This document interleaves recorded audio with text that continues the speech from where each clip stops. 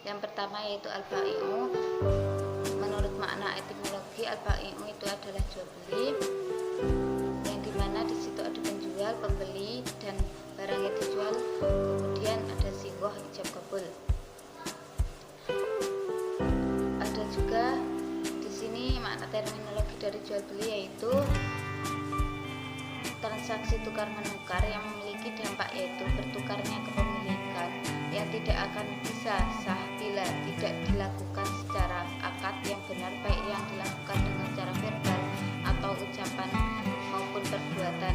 Pengertian ini dirujuk pada kitab Tawdihul Ahkam. Transaksi atau aktivitas jual beli tentunya memiliki dasar yang jelas dalam Al-Quran dan hadis. Di antaranya Quran surat Al-Baqarah ayat 275 yang artinya Allah menghalalkan jual beli dan mengharamkan riba. Adapun rukun dari jual beli itu sendiri yaitu akidain, dua orang berakat, yaitu baik pembeli maupun penjual. Dan yang kedua objek jual beli, ketiga sigoh atau ijab kabul.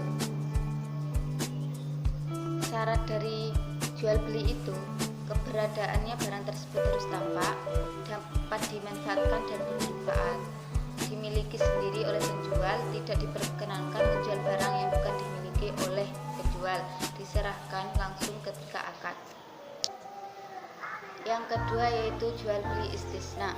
Di dalam jual beli istisna itu ada soni atau penjual, mustasni pembeli, musoni itu barangnya, saman harga, sigoh ijab kabul.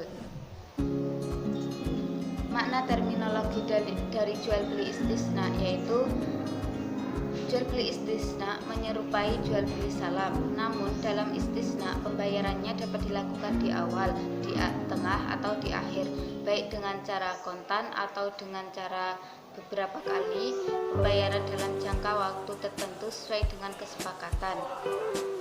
Skim istisna pada lembaga perbankan syariah umumnya diaplikasikan pada pembiayaan manufaktur dan konstruksi. Rukun jual beli istisna. Adapun rukun istisna yaitu orang yang berakat, objek yang diakadkan, dan ada siwat. Implementasi dari bai istisna yaitu dikutip dari kitab Al-Bada'i. Seorang pemesan yaitu pembeli atau penyewa meminta seseorang yaitu penjual atau pekerja seperti pengrajin kayu, pandai besi, pembuat sepatu dan sebagainya untuk membuatkan barang tertentu dalam bentuk tertentu seperti alat-alat perlengkapan rumah tangga, perlengkapan toko, buku, kursi, perhiasan dan sebagainya dengan harga tertentu. Jika hal itu telah menjadi kebiasaan dalam masyarakat seperti kopiah, hub, kaos, kaki, kulit, dan wadah. Yang ketiga yaitu riba. Dalam makna etimologi, riba itu bertambah atau berbunga. Sedangkan makna terminologi, riba adalah pengambilan tambahan baik dalam transaksi jual beli maupun pinjam meminjam secara batil atau bertentangan dengan prinsip syara. Adapun jenis-jenis riba yaitu ada 4 yaitu riba al-batin itu riba hutang piutang, riba al-fadlu selisih timbangan, riba nasiah tempo, dan riba selisih timbangan dan tempo atau disebut dengan riba fadlu wa nasiah. Di dalam riba ad-din itu ada 2 yaitu riba hutang piutang yaitu penambahan harta sebagai denda dari penambahan tempo atau bayar hutangnya atau tambahan nominalnya dengan mundurnya tempo. Yang kedua riba jahiliyah yaitu pinjaman dengan bunga yang ditentukan di awal akad. Contohnya, meminjam 1 juta dikembalikan 1.100.000 karena awal akad bersepakat jika telah mengembalikan maka denda 100. Adapun riba selisih timbangan itu adalah barang tamatsol atau sejenis tidak boleh tafadhol. Agar terhindar dari riba selisih timbangan, hal yang harus diperhatikan yaitu barang tidak tamatsol, boleh tafadhol, dan juga harus takobut. Riba nasiah, yaitu barangnya tamatsul, tidak diperbolehkan karena adanya nasiah. Agar terhindar dari riba nasiah, barang tamatsul harus taqabud. Riba fadl dan nasiah ialah barang tamatsul, tidak boleh tafadzul dan tidak boleh nasiah. Yang keempat yaitu jual beli salam. Di dalam jual beli salam itu, jual beli yang penerimaannya barangnya ditangguhkan dengan pembayaran harga tunai. Penjualan yang karakteristik tanggungannya atau barang telah terdeskripsikan di awal dengan harga atau modal kerja dibayarkan di depan. Dengan kata lain, untuk pembayaran harga di depan dan pengiriman barang terspesifikasi untuk masa yang akan datang yang telah ditentukan. Adapun syarat dari jual beli salam itu, jenis diketahui dengan spesifik, karakteristiknya sifat itu diketahui, jumlah diketahui, waktu penundaan diketahui, harga yang diketahui, dan penyebutan tepat yang jelas ketika transportasi barang memiliki biaya. Implementasi dari akad jual beli salam itu contohnya adalah dua pihak yang akan bertransaksi, yaitu penjual dan pembeli. Sebut saja penjual sebagai A dan pembeli sebagai B. Si B akan membeli produk berupa traktor. Karena traktor tersebut tidak bisa disediakan secara langsung saat itu, maka si B melakukan akad salam kepada si A. Si B menjelaskan secara spesifik traktor yang ia inginkan. Setelah sepakat, traktor tersebut dibuat dan pada waktu yang telah ditentukan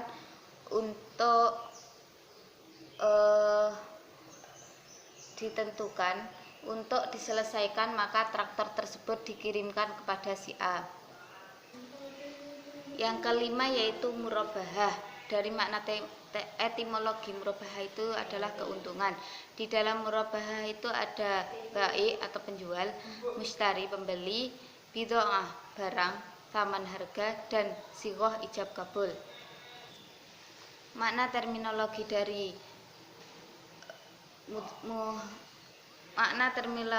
dari murabahah itu yaitu berasal dari kata ribhun yang berarti untung atau keuntungan. Jadi murabahah berarti saling menguntungkan.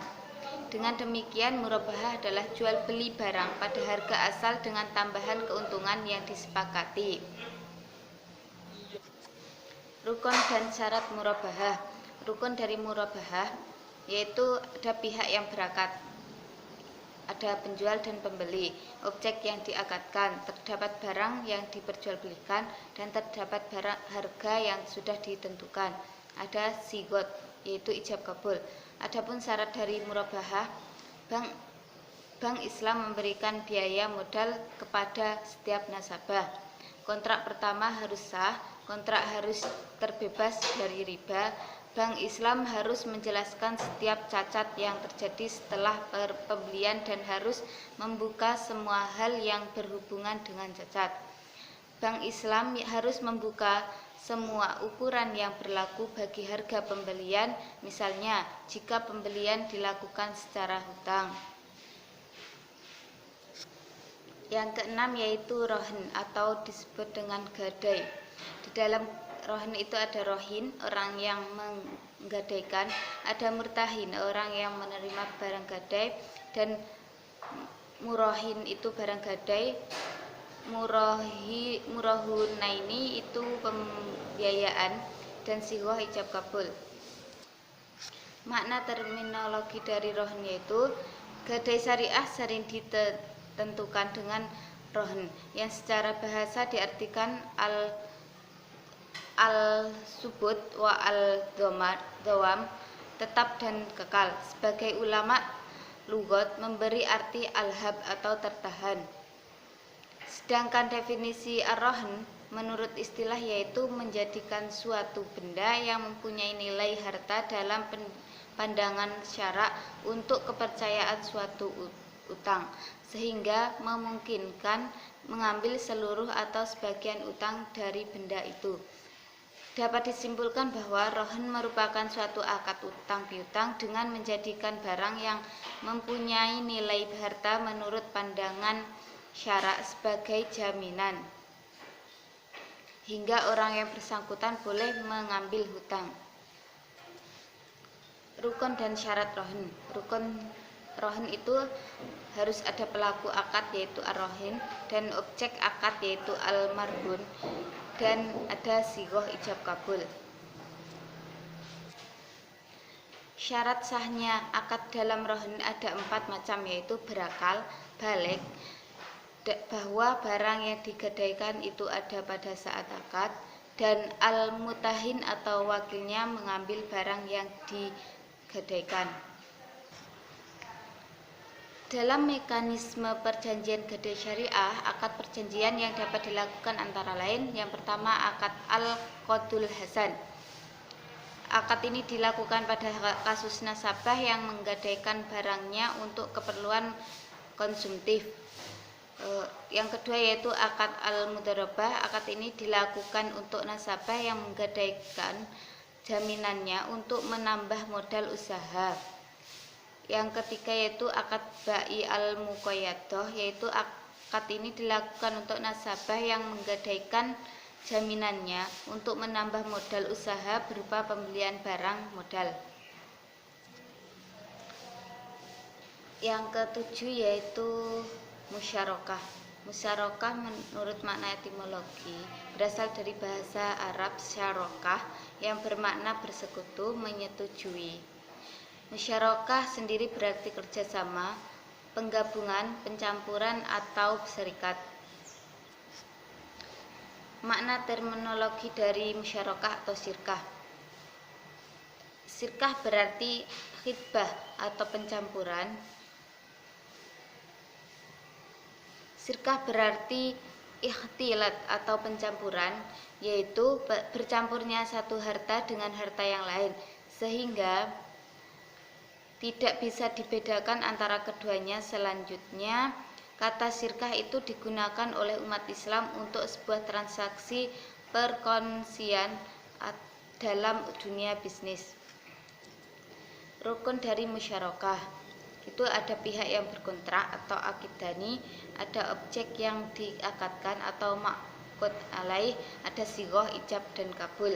Syarat musyarakah: modal harus berupa uang kontan yang berserikat sepakat atas jenis dan macam barang. Kedua, modal dicampur, saling memberi izin untuk mentransaksikan barang. Laba dan rugi dibagi sesuai jumlah modal masing-masing. Implementasi dari musyarakah itu dapat dilihat dari pembayaran proyek, yaitu di mana nasabah dan bank sama-sama menyediakan dana untuk pembiayaan proyek itu, dan setelah selesai nasabah mengembalikan dana itu bersama bagi hasil yang telah disepakati untuk bank. Yang kedelapan yaitu mudharabah. Mudharabah adalah bentuk kerjasama antara dua atau lebih, di mana pemilik modal atau sahibul amal mempercayakan sejumlah modal kepada pengelola atau mudharib dengan suatu perjanjian di awal. Jenis mudharabah itu ada 2. Yang pertama, mudharabah mutlaqah, yaitu usaha diajukan oleh mudharib kepada sahibul mal. Dalam akad ini, pemberi modal tidak menentukan jenis usaha apa yang akan dilakukan dan hanya memberikan modal usaha. Nantinya pemberi modal akan menerima nisbah bagi hasil dari usaha yang berjalan. Yang kedua yaitu mudharabah muqayyadah, yaitu usaha ditentukan oleh pemberi modal sahibul mal, sedangkan pihak yang menerima pembiayaan atau mudharib hanya sebagai pengelola yang menjalankan usaha. Yang kesembilan yaitu hiwalah atau disebut dengan pengalihan hutang. Di dalam hiwalah itu ada muhil, orang yang mengalihkan hutang, dan ada juga muhtal, itu orang yang menerima hiwalah, dan ada muhil alaih, orang yang dihiwalai, dan ad-din itu hutangnya. Sighoh itu sebagai ijab kabul. Menurut makna terminologi, hiwalah adalah pengalihan hutang dari orang yang berhutang kepada orang yang menanggung hutang. Rukun hiwalah ada muhil, muhtal, muhil alaih, dan adanya hutang muhil kepada muhal alaih dan hutang muhtal kepada muhil. Syarat hiwalah itu ada 4. Yang pertama, kerelaan dari muhil, orang yang berhutang. Yang kedua, adanya persetujuan dari muhtal. Yang ketiga, keberadaan hutang tetap di dalam jaminan atau jamin pelunasannya. Yang keempat, adanya kesepakatan antara muhal alaih dan muhil. Macam-macam hiwalah itu ada 2, yaitu hiwalah mutlaqah dan hiwalah muqayyadah. Hiwalah mutlaqah itu pemindahan hutang tidak ditegaskan sebagai ganti rugi, dan pembayaran hutang muhil atau pihak pertama kepada muhtal atau pihak kedua, atau disebut dengan pemindahan mutlak. Yang kedua, hiwalah muqayyadah, itu pemindahan sebagai ganti dari pembayaran hutang muhil atau pihak pertama kepada muhtal atau pihak kedua, disebut dengan pemindahan bersyarat. Implementasi dari hiwalah mutlaqah: ketika muhil berhutang kepada muhtal, kemudian muhil mengalihkan hutangnya kepada muhil alaih, sehingga muhil alaih berkewajiban membayar hutang muhil kepada muhtal tanpa menyebutkan bahwa pemindahan hutang tersebut sebagai ganti rugi dari pembayaran hutang muhal kepada muhil.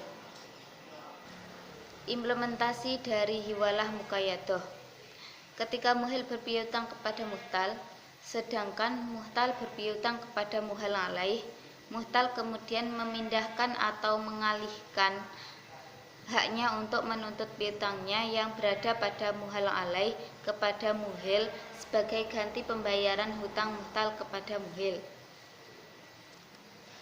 Yang ke-10 yaitu wakalah.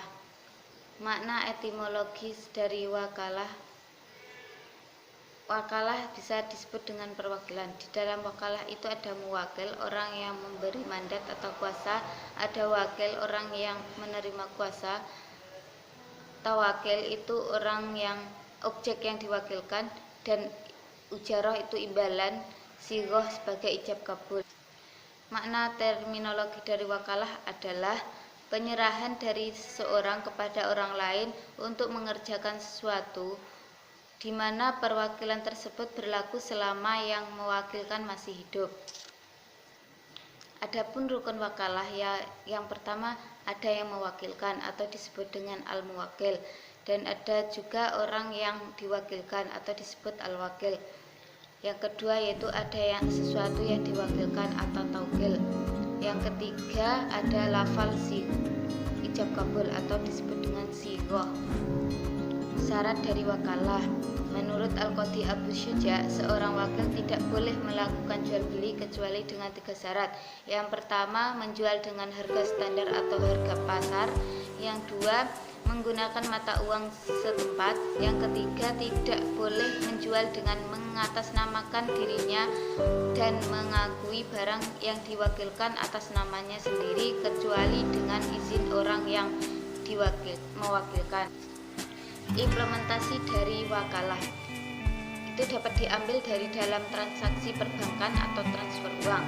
Proses transfer uang ini adalah proses yang menggunakan konsep akad wakalah, di mana prosesnya diawali dengan adanya permintaan nasabah sebagai al-muwakil terhadap bank sebagai al-wakil untuk melakukan perintah atau permintaan kepada bank untuk mentransfer sejumlah uang kepada rekening orang lain dengan taukil yang jelas. Kemudian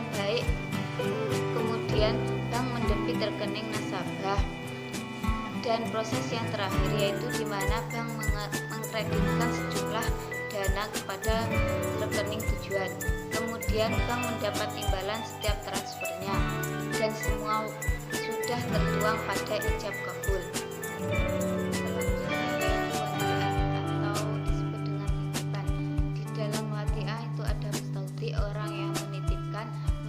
Orang yang menerima titipan, wadiah barang yang dititipkan, dan ujroh imbalan sigoh ijab kabul. Makna terminologi dari wadiah: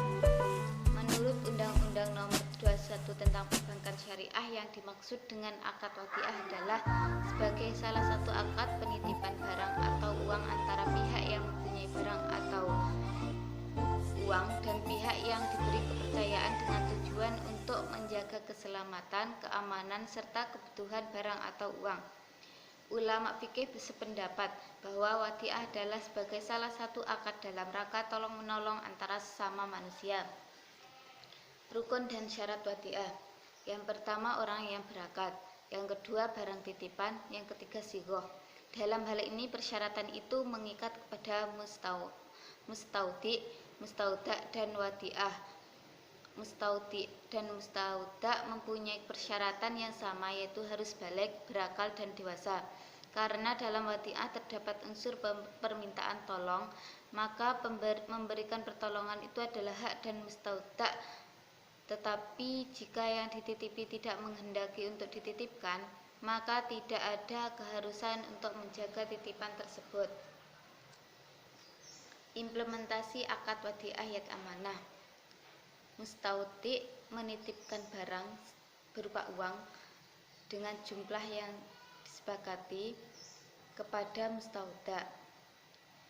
Mustauda berkewajiban untuk menjaganya tanpa menggunakan. Kemudian mustauti memberikan imbalan atau ujroh kepada mustauda sebagai imbalan atas jasa telah menjaga barangnya sesuai kesepakatan bersama. Implementasi dari akad yad dhamanah, di mana mustauti itu menitipkan barang berupa mobil atau motor yang dapat digunakan. Di situ mustauda harus menjaga, tetapi mustauda itu boleh menggunakan barang tersebut dan mustauti bisa memberikan imbalan kepada mustauda atau mustauda bisa mengambil keuntungan dari penggunaan barang yang dititipkan oleh mustauti sesuai dengan kesepakatan bersama. Sekian pemaparan materi dari saya tentang Arabic for Economic, semoga bisa bermanfaat. Kurang lebihnya mohon maaf. Wassalamualaikum warahmatullahi wabarakatuh.